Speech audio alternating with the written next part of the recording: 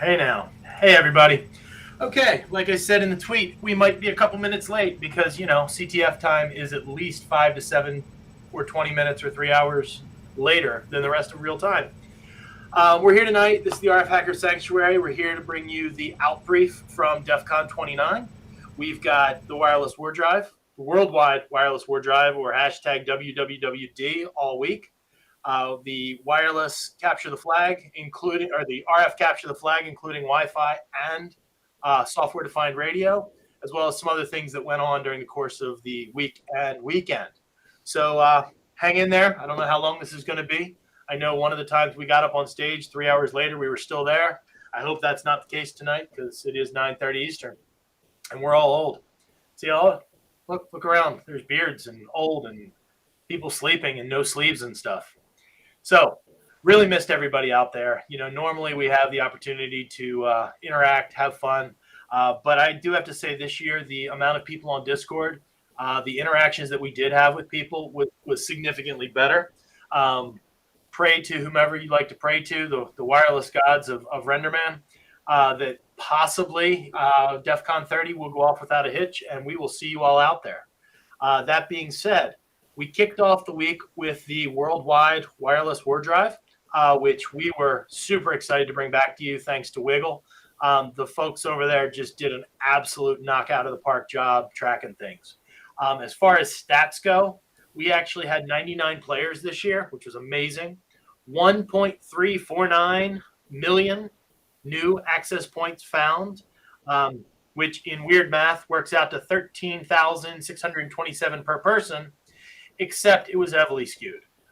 Phenomenal job to Grimace. 132,110 new APs found from a guy that typically gets a lot of access points anyway. So brilliant job picking out your quadrant, even better job traveling to it, and an even better job covering it. So just all the way around, hoping to get him onto El Cantaro and Dark Matter, the wireless shit show at some point, and have you guys had the opportunity to really talk some wireless ward driving and some things you've done, as well as, maybe having a talk or two coming up on YouTube, because I know there's a lot of folks that really would love to know how you've been able to just knock this out of the park 2 years in a row. So that was the Wardrive. Again, thanks to the founders whom we stand high on their shoulders from years and years and years ago. I believe DEF CON 30 will be the 20th anniversary of the worldwide wireless Wardrive. So, there's some cool stuff coming with that. We've had some discussions in Discord over the last day and a half about some things that went really, really well, some things people aren't thrilled about, some things that were just complaining, and some things that were really, really, really great ideas. We take all of them into consideration, whether it's for Wi-Fi, software-defined radio, or the Wardrive. So believe me, we will have some good changes coming. We've actually already been in talks with Wiggle about some new kind of cool mini cons and some other things that may be coming down the pike. Please don't hold us to anything, but it's looking pretty good for some new stuff coming. So with that being said, I'm going to hand it over to, I think, Rick for wireless. Yeah, I was gonna say, I just wanted to, for those who haven't Yeah. had a chance to see like last year's video or didn't get a chance to take part in the Ward Drive, I think it's a really cool thing to kind of talk about what was done. So in previous years, Rick has always wanted to do Ward driving, and it's always fallen on me and occasionally some of my friends to try to write up something to score it fairly. And people are running around during conferences trying to capture access points and stuff like that, and invariably it's caused us a huge amount of problems.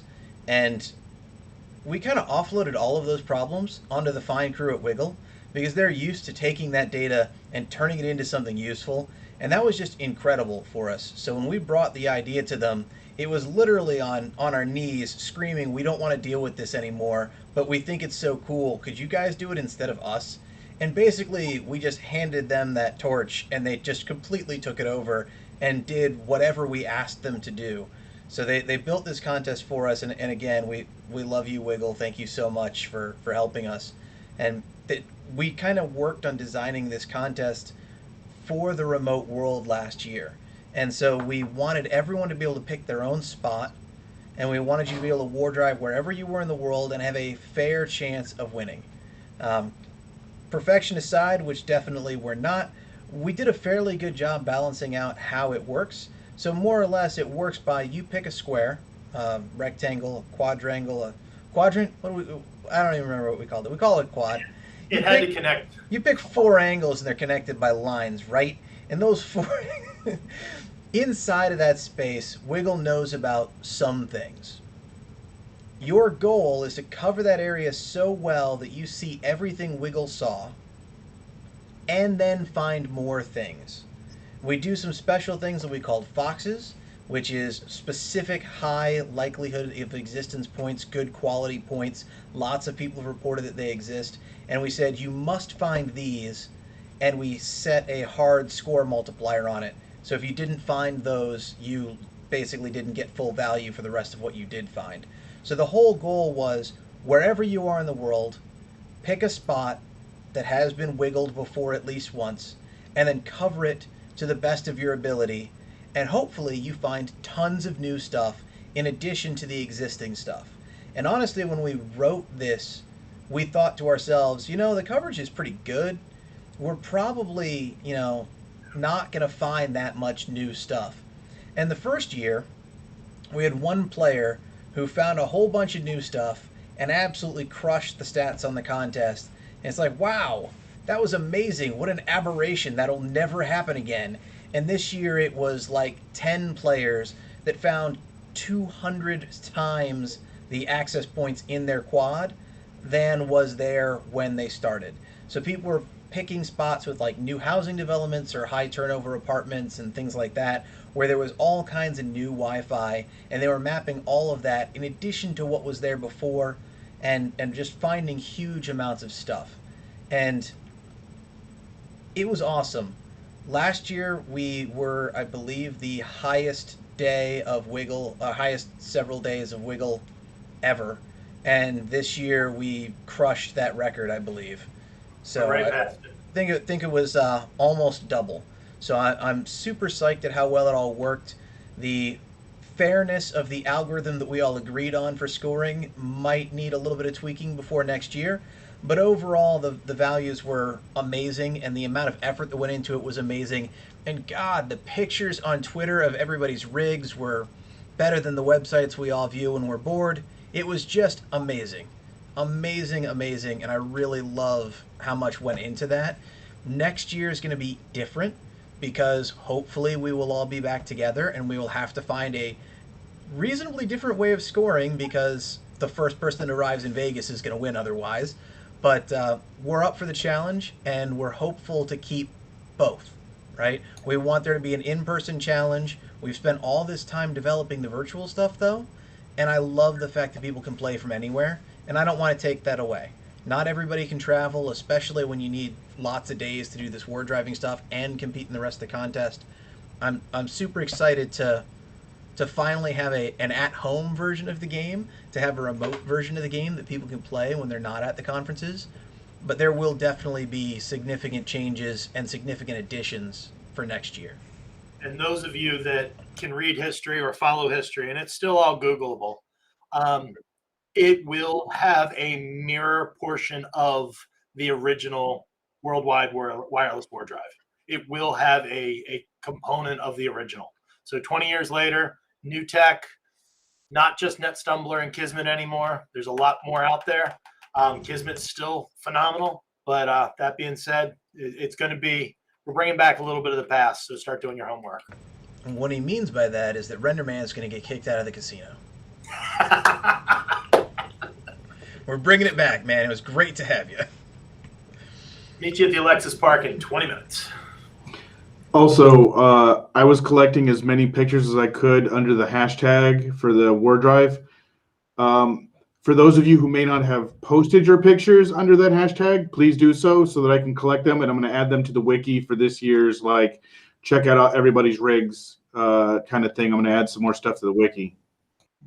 DNS Princess, I'm sure you're watching. I never got to see that backpack. You claimed to have the cutest war driving rig. Back it up. Yeah, I saw those tweets. Anyway, Wasabi, would you like to introduce a little bit of the rest of the game for us? Okay, so as a lot of people were probably well aware, we were virtual and not in person and or hybrid for this year's contest. We've pushed a lot of the in-person slide deck into our wireless wiki on GitHub. It is absolutely a continuously evolving and changing beast into trying to be better, trying to explain to new people and or the veterans the how-tos, what's going on, what kind of challenges are present at the current conference. We are trying to stay on top of that as best as possible. Some things do slide past us, or we update one thing and not the other. So please work with us on that. Let us know if something's missing or you're confused, please. Also, if you may have noticed on there that there's points for also adding to the wiki, not necessarily towards the exact game, but adding things about wireless, such as the Wi-Fi's or the Bluetooths or the SDRs. There's sections, and follow the formatting and the rules for Markdown language, and please contribute to that.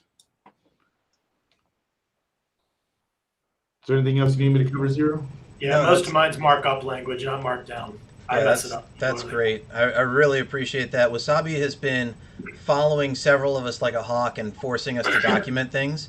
And all of you who read the wiki can thank him for that, because most of us don't even think about it, which is why several things were still inaccurate at the wiki, and we had to fix them in situ.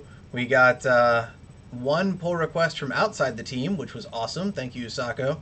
And several edits from the team during the contest, so that was less awesome of us. But we're trying our best to document things, and that's why we have a Discord, and that's why that Discord has a support channel, and that's why that also links off to our issue tracker. We're trying to be as open as humanly possible. We're trying to support people as much as we can, because yeah, documentation is always the developer's best friend. Corey, there's some SDR stuff. Oh, sorry, go ahead. You may be able to explain something better than us. Just put in a PR. If something seems a bit dense because we don't think of it a different way, and you can think of it a better way, please contribute and help us out to help others. It's ever evolving. Your words are probably better than our words. Yeah, even if you don't know how to fix it, submit an issue. Say, like, I don't understand what you mean by this, and then we can work on making that more clear. Yeah, absolutely. Please. The feedback mechanisms are left enabled for a reason. We definitely want that. There were some bugs that I'll talk about when we get to the end here, but that stuff's all enabled for exactly that reason. We love that feedback. So I think we did some SDR challenges this year, didn't we, Corey? You wanna mention that a little bit? We did. So for starters, we had our normal, I guess what you'd call the ham radio challenges, where you had the Morse code stuff in there. The PSK31 challenge, the WeFax, Navtex, there are a few other digital modes in there. And as usual, you use a tool like FLDigi. You'd pull the IQ data down using 0MQ. And then from there, you'd go through getting a radio flow graph. We do provide example flow graphs, which should be linked within our wiki and also on our GitHub. From there, you get a WAV file out of that, where you can just stream the audio directly into FLDigi, and then you'd get your key and upload that to the scoreboard. And then also brought back the virtual fox hunt that we had last year. So we had the traditional angle of arrival challenge, where you're given a location of 3 different receivers, and they all give you a bearing, and you use that bearing to find the fox. Then you'll also notice we had something new this year, a time difference of arrival challenge. Again, same general idea as the virtual fox hunt.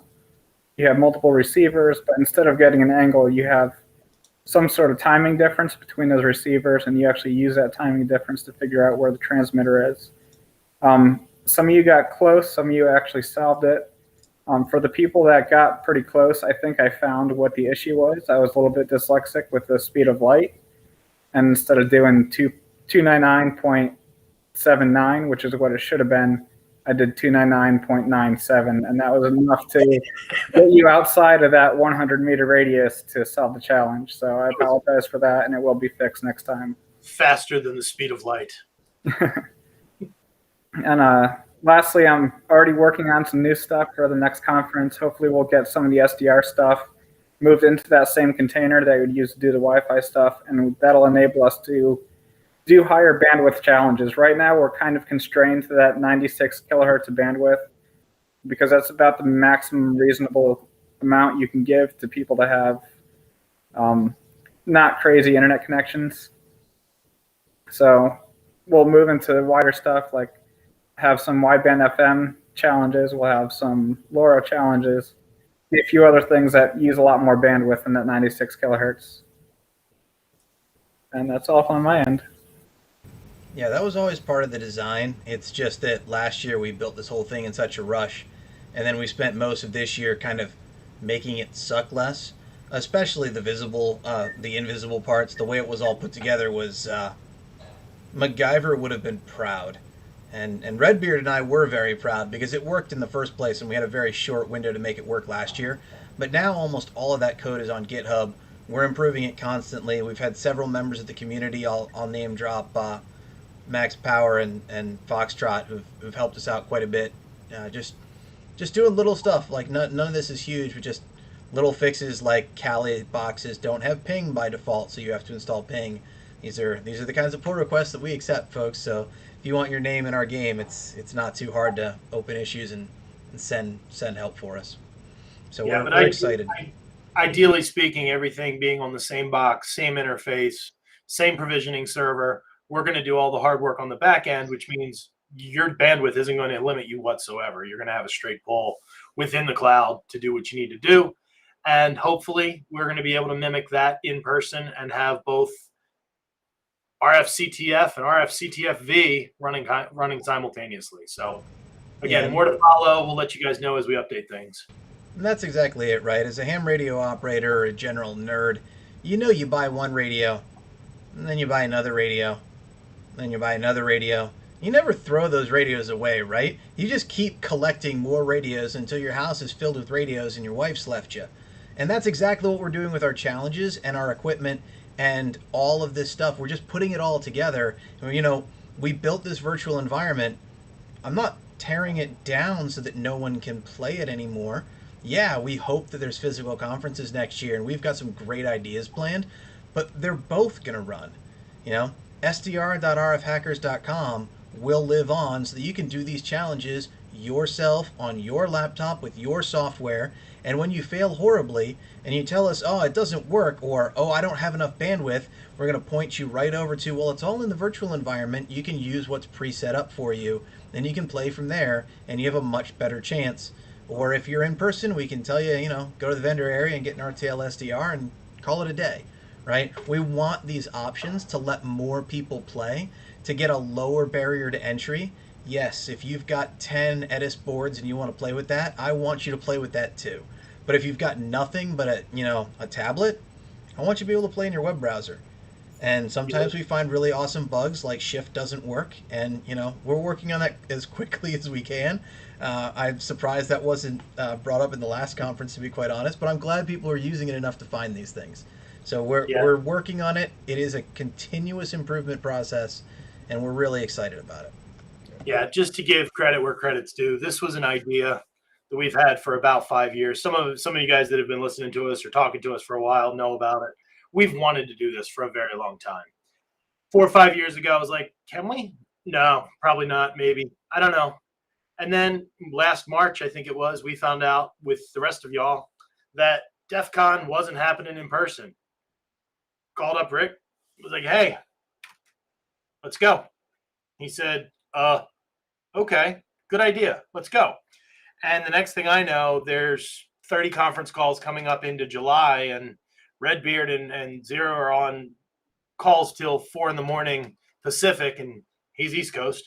And it just all came together. And we love the fact that our community knows that we're human and fully fallible and will make mistakes. And you guys just kind of rallied around and we're like, yeah. And then the next thing you know, we've got a full-on CTF of radio frequency stuff that, the SDR will go distance, but Wi-Fi and Bluetooth, I mean, I've been 3 miles before, but not well. we're talking thousands and thousands and thousands of miles across the globe. I mean, even Alcantara figured it out. So if he can, God, anybody else can. So, you know, all the way around, just, you know, to those that see him or talk to him online, give Zero a couple kudos, because this was, and I don't really praise him much in person because, you know, he already has a shirt that says National Sarcasm Society. I actually thought it said Narcissism Society. I read that wrong. But that being said, you know, we're here because that idea came to fruition, and I can't be happier. Yeah, absolutely. And we switched everything to virtual through the efforts of, you know, the people here, and Corey and Dan and Wasabi documenting all of it, and Rick with the idea to start with, and me with the lack of desire to sleep, apparently. But I would like to throw a special shout out for one of our team members who couldn't make it. Those of you who got to enjoy the ISS challenge got to enjoy one of the few physical challenges that we've had all year, and I have just loved it because, yeah, man, anywhere around the globe, it is circling you right now, and I thought that was just incredible. All you had to do was get a message up to the International Space Station and have it relayed, and you got points for that. And it's one of those things that just, it's undeniably cool, right? I talked to the space station is just, I don't care. That's awesome. That kind of challenge really makes me happy, and I hope that the people who spent the time to do that, success or failure, were like, this is awesome the whole time they're standing outside pointing up at space. Like that's a cool challenge. It's a physical challenge that we got to do from all over the world, and I really loved that. So that was from Eric, and that was really cool. And yeah, he also had some foxes this year, physical at DEF CON, but apparently he smelled really bad or something because nobody found him the whole time. So those points were some of the only points that were not cleared on the board. So that was an interesting kind of physical mix-in that we did with Eric's challenges. Hey, I actually never asked. Did anybody steal Woody's car? Nobody stole Woody's car. Damn it. We were hoping somebody would steal Woody's car wirelessly. We really were hoping somebody stole Woody's car. I don't care if it was wirelessly or not. Perfect. Dan also did some SDR challenges, didn't you, Dan? Yeah, I mean, besides the traditional like ham radio type of stuff, you know, using the same ZMQ and GNU radio backbone, there were a couple of challenges on there that were simulating different types of pagers. So on port 6570, that was a POXAG challenge. You know, just like the old school pagers from early 90s, late 80s, that sort of thing. Similar sort of solution to the ham radio stuff. You know, fire up the GNU radio flow graph.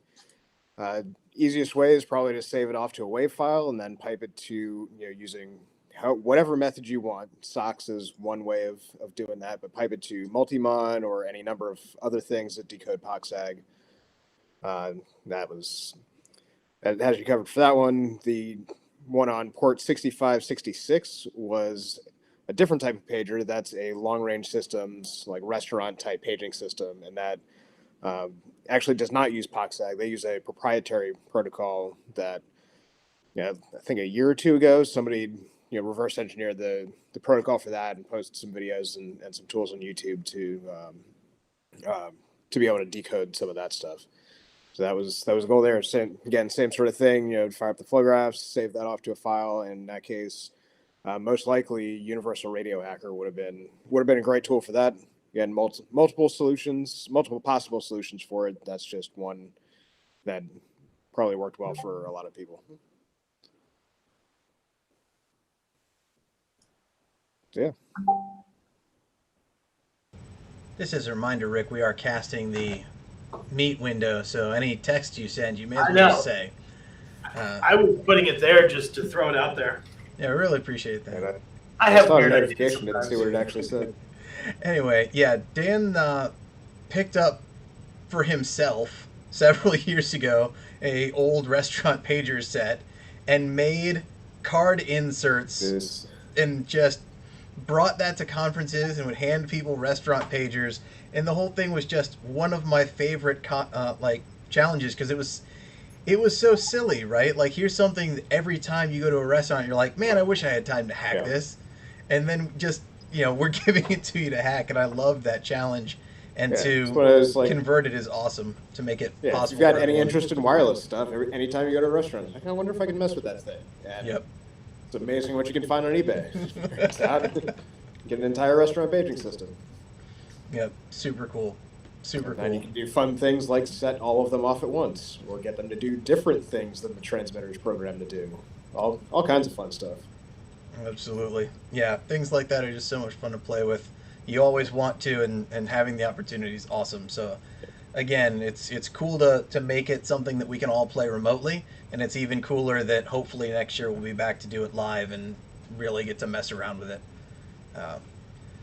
So Wi-Fi stuff was the same as it's been all year. We built an Amazon Web Services magical environment where you can SSH now into one of 4 containers, Pen2, Kali, Parrot, or Black Arch. And midway through the contest, somebody was like, hey, the SSH is closed to Black Arch, and then I fixed the firewall rules and you could use Black Arch. In addition, we had in beta previously, but this is the first time we actually really let people use it. We had a full no VNC option, which is basically a VNC client in a web browser that you could use full graphical everything. This was the first non-beta of that. The other ones were pretty quiet, and this was the first bug we found in it, that apparently the shift key doesn't work. Nano users didn't care. Vim users were not thrilled. So perfection aside, it all went pretty well, and we're looking forward to, again, continuous improvement. But those kinds of things happen.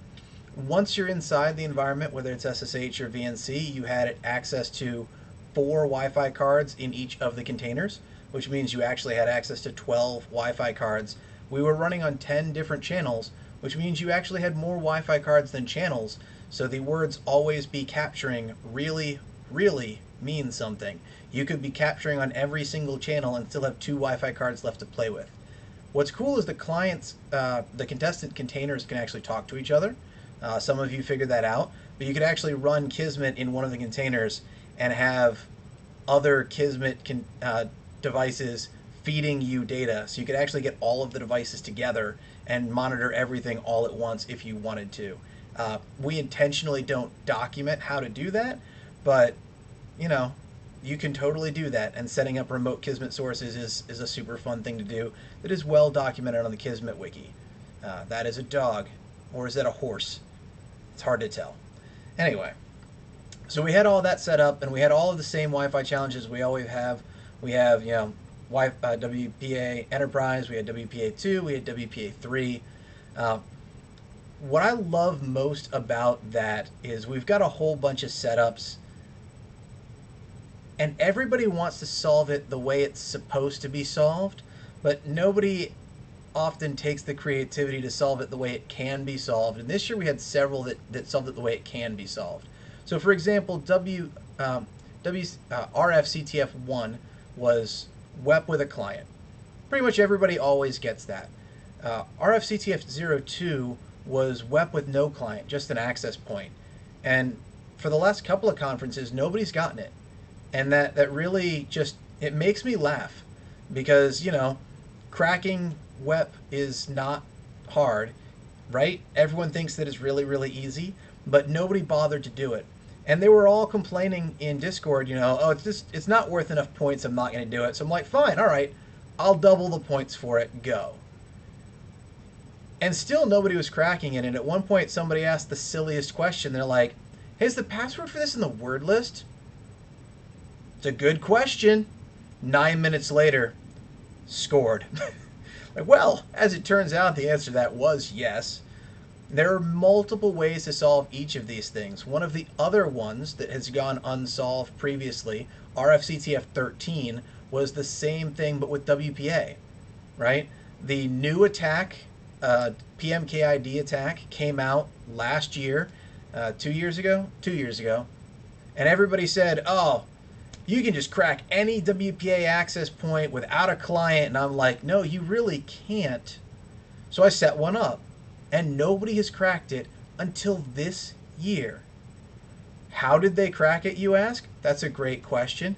They brute forced it the same way they brute forced RFCTF 18. which they've been cracking since last year. We've had 10 maybe RFCTFs that 18 has fallen and 13 has not. People But it took wasn't the time. WPA3. Right. It wasn't WPA3. Right. So it People doesn't took work. the time to brute force WPA3 and nobody took the time to brute force WPA2. And when somebody did it, I was just dying. It's like, you wrote this tool and didn't think to use it on the other one that was exactly that, right? And it's just, I really think that it's fun to see people discover these novel ways to do the same thing. And it's like, yeah, why don't I do that? I mean, the answer in reality is because you get caught, but not everybody's even monitoring their Wi-Fi, so it's really cool. Only if somebody's looking for it. Right, only if somebody's looking for it, and it's totally a valid win. It got the passphrase, it got the points, and that was awesome.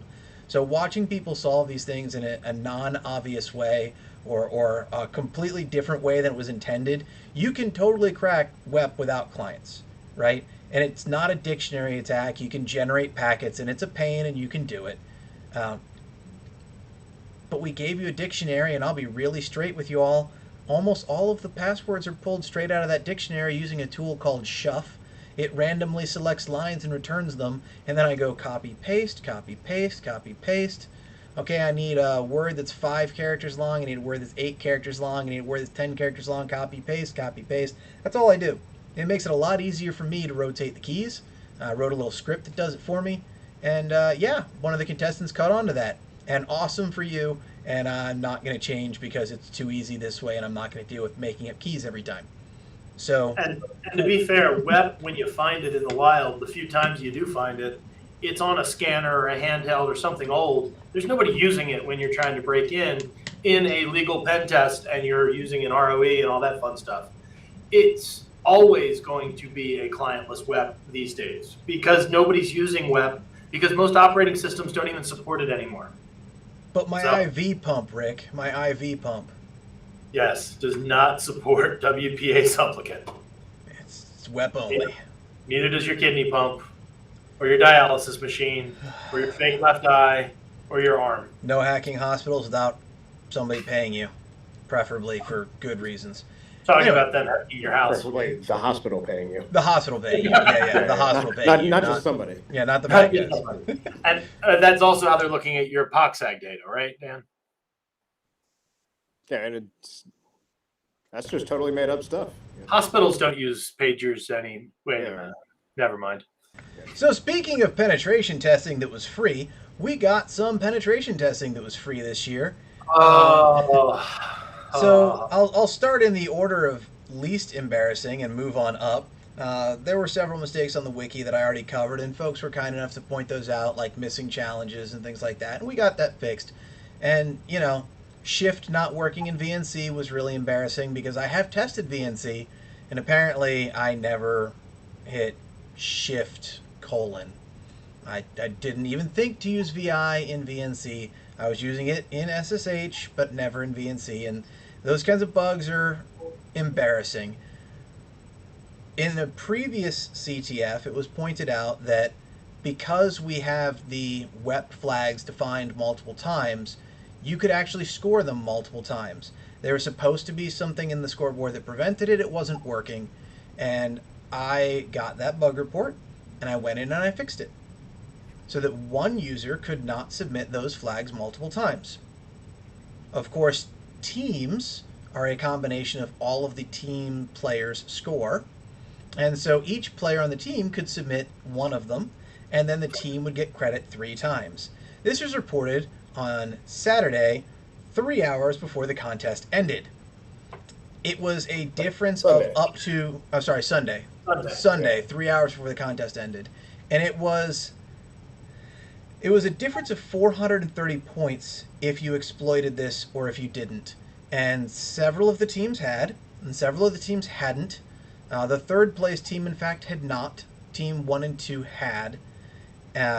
Team 1 reported it, they had exploited it, and they confirmed it, and they reported it, which is the right thing to do. Team 2 exploited it immediately after the report so that they weren't too far behind, and that was at my behest because I didn't know how long we'd be able to take to fix it. Dan, to his credit, jumped in and did a meet with me for 2.5 hours trying to figure out how to deal with this. The answer was, holy crap, this is not going to be the kind of SQL query that we can handle. And we rejiggered a little bit of the way points were awarded instead to prevent this from happening. And we did fix the bug.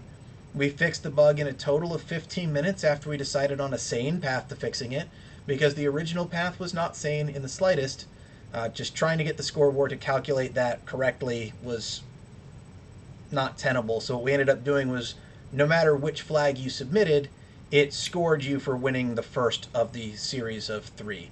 So you can submit it as ASCII, lowercase hex, or uppercase hex. No matter what, at the end of the day, you got credit for ASCII, no matter which one of those things you submitted.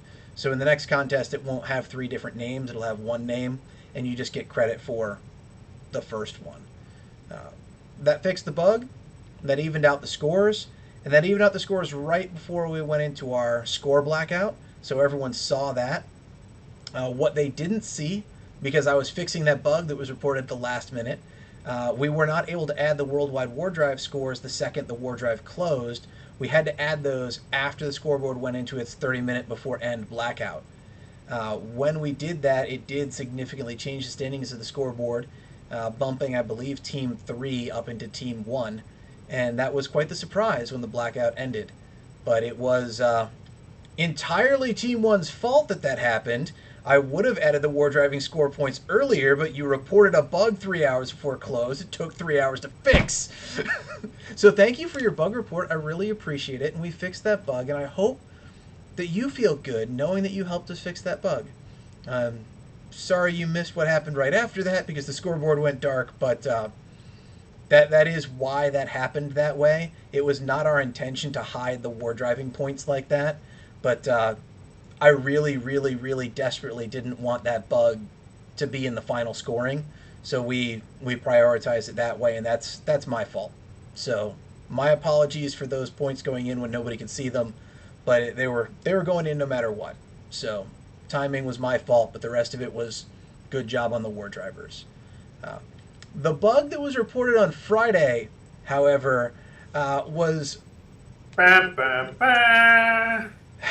Let me look this up. I provided this player with a score of 100 points. Hold on. First and foremost, let me just caveat this with: this is not maybe. This is top 1 or 2 of the worst mistakes we've made. Dan's team, when he was playing, actually benefited from probably the worst one we ever did. But this one's up there. But I wouldn't give him too much crap because this wasn't maybe the worst, and it was programmatic more so than just leaving a word list in the wrong place. Carry on. We've run this game for 14 years now, I believe. Roughly. In that time, I track wins and losses, and I mean me against all of you. Our team against all of you. And I have, to my record, 3 losses out of 14. 3. We have 4 total. We have 3. 4 total. I have 1. Okay. You have 4, I have 3. Dan gets to count one of those in the win column because he beat us. 4 total. 4 total. We'll argue about this off air. We've 17. lost before, and that's the way the game is played, and this one was enough for me to file it in the loss column. So I'm going to share the scoreboard with y'all just because I think this is hilarious. We added in a very special flag, holder of proof that 0 is dumb, and I gave this kind-hearted individual 100 points for reporting my stupidity. Irina very quietly messaged me on Discord and said, hey, I think I found something. Did you mean to give us access to all the config files? No, I did not. Well, you did, and it was so easy. I figured it was a honeypot, but then I started looking, and it wasn't. Like, what did you do? Well, so I typed SSH airkraken _ WCTF, and it let me log in as root with no password.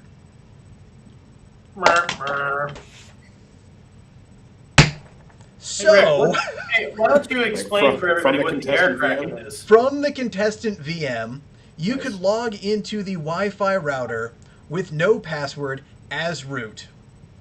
You may all continue to embarrass me, but I'd like to point out that this has been in a DEF CON level contest for a freaking year, and none of you noticed. Me included. So here's what happens. I build a container from OpenWrt, and I release it publicly. And this is so that anybody can replicate our game. But what I don't include is the game configs that are complex. I don't include how we set up the networking inside of there. I just put everything on a flat network. I give everything a different SSID and the same password and the same different configs that we use.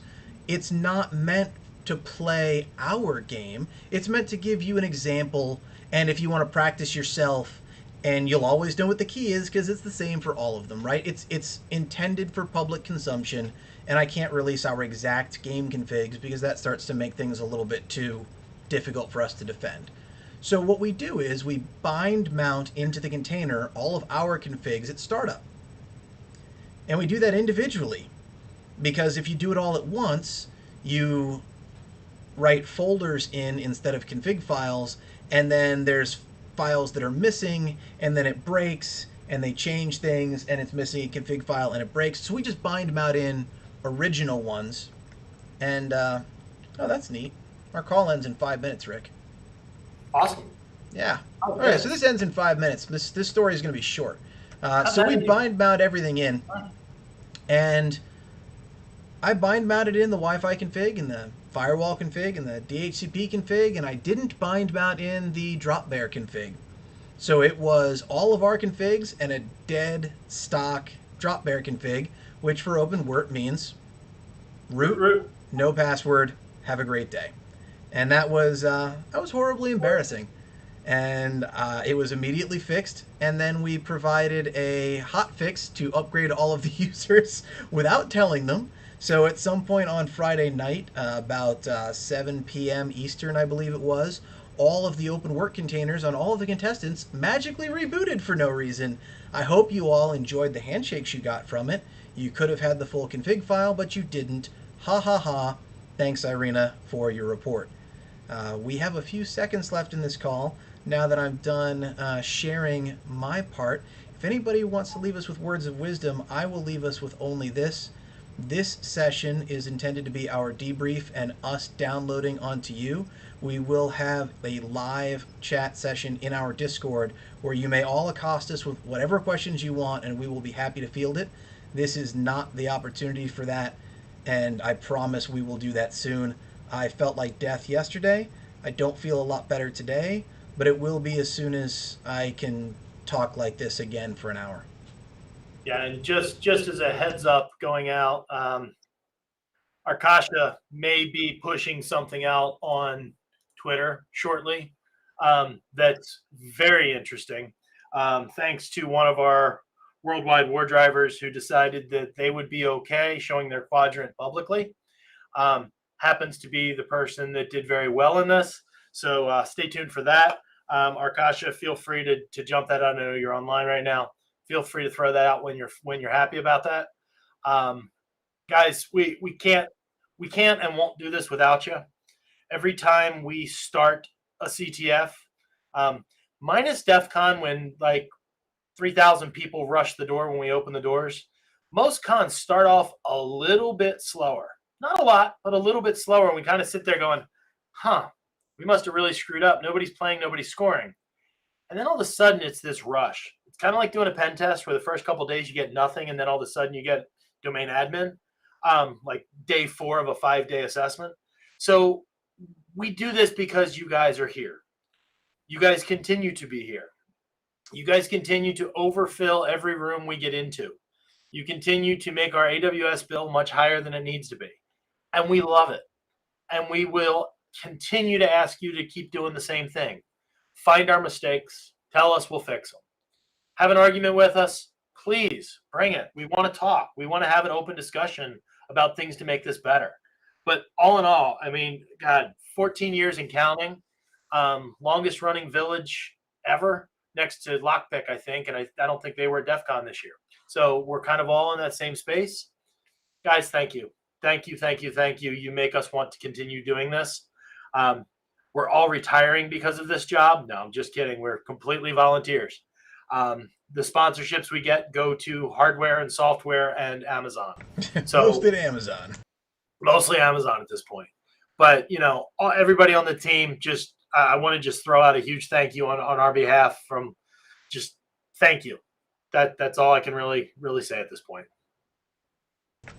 Thanks, everyone. And with that, we'll see you later.